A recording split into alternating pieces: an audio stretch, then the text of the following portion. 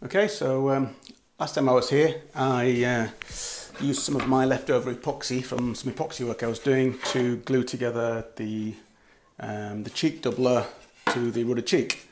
So that's starboard and that's port. However, as you'll be able to see, they're both identical. So when I try to put these around the tiller and for the rudder to go between, I'm going to find that the cheek doubler is on the wrong side of one of them. So I should have put this on the other side of there. So that is now garbage. So I've only got one. And I only noticed that when I started sanding down the excess epoxy that had squeezed out. So that one's good to go. This one is basically now junk. So what I've done is I've cut a new one. So just using the old one as a template, I've just traced that out on a piece of ply and cut those out. So I now have another rudder cheek and a cheek doubler. But I've got to make sure I glue that one onto the right side this time. So that should go like that. And then the rudder will go in between. So I've got a spacer to put in there as well. And then the rudder will get through bolted so the rudder can go up and down. So okay, that's one small snag, and I think that came about because I was rushing a little bit, running out of time, just trying to get things done, and just didn't do it slowly at my own pace. I was just trying to push to get more things done, use the epoxy before it went off, and get away on time. So there's a lesson to be learned there. Anyway, today I bought a new little sanding mouse because some of the epoxy glue on those seats needs sanding, and it's too difficult to do it by hand, and I can't get in there with the orbital sander. So I've bought this little mouse which has got a little point at the front, so that will get into all those little corners, all those little nooks and crannies that are hard to get into with the round sander.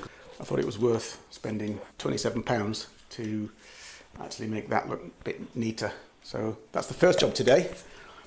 Get that sanded down, and then hopefully I can epoxy those seats and then leave that overnight to cure. And once I've done that, and then I'm going to prepare this forward section for the sheathing. So I cut out two pieces of 2 meters by 1 meter 8-ounce cloth last time, and those will cover each side. And I've done it that way because I want the join to be on the centre line. I think that's the best place to have it. If I put one strip there and then another strip here with a join there and potentially another join there, I think. So I've decided to go with the 2 sheets, one either side, and I can have a slight overlap over the centre line. So this centre line will then probably have 3 layers of tape. Well, 1 layer of tape and then 2 layers of glass fibre, and it will all be epoxied in, and that should be a really strong centre line then. And it should all be symmetrical, which would be good. So yeah, and then obviously there's a lot of dust around at the moment, so much dust, just from sanding and sanding, so I really need to do a bit of dust tidying up. I might have to sweep and then mop, just to get up any, there's dust all over the place, all on the windows, it's on the chair, it's everywhere, it's just a lot of sanding dust. Right, that's it, so I'm going to crack on. Time is running out, it's late in the day, it's about 3:30. So it's been a late start today, so I'm going to see what I can get done, see if I can get that sanding done and tidied up, and the epoxying done before time for food. All right, let's get going. Okay, so this is me getting the new mouse sander ready. Doing some sanding, getting down those little fillets and the other joins. I'd used a lot of sawdust in those fillets to make it stand up better and not go saggy, which worked really well. But that did tend to leave it with a hard finish, a rough surface, which quite a bit more extra sanding than perhaps might otherwise have been necessary. Then of course get the vac out and give it a good clean up, get all those bits out. Even got dust on the windowsill. So while the brush is out, might as well give the whole the room a good clean down. Any sanding tends to generate dust and it just flies everywhere, and after a while it settles down, so and over time it just builds up and up. So here I am just getting the mop out and giving it a good mop out.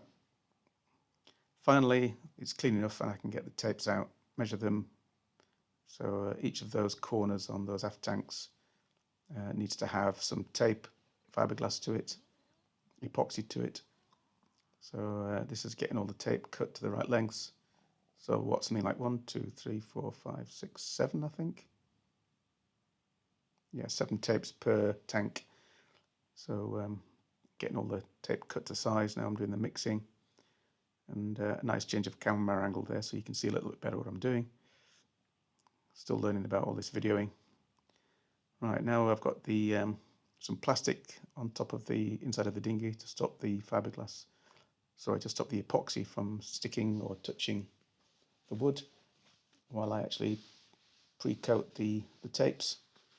Once the tapes are pre-coated, I also have to paint the wood to give it a chance to soak in, and then I can put the tape on top and then make sure it's all pressed down with a brush.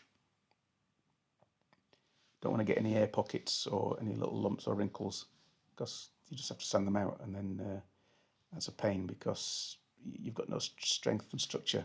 So if there was a little lump or bubble, to sand that bubble down flat, you'd be also sanding some of the tape around it, and you'd end up with a big hole which has no fiberglass on it. It's just some epoxy. So it's very important to make sure it's all pressed down flat. So yep, there we go. 1, 2, 3, 4, 5, 6, 7. No, maybe there's 8. Yeah, 8. I didn't consider the one underneath the aft section. And then 5. No, there's 9. 3 verticals, 2 horizontals, and then the top 4. So that's 9 pieces. Now time to go and get some food and a beer. See you tomorrow.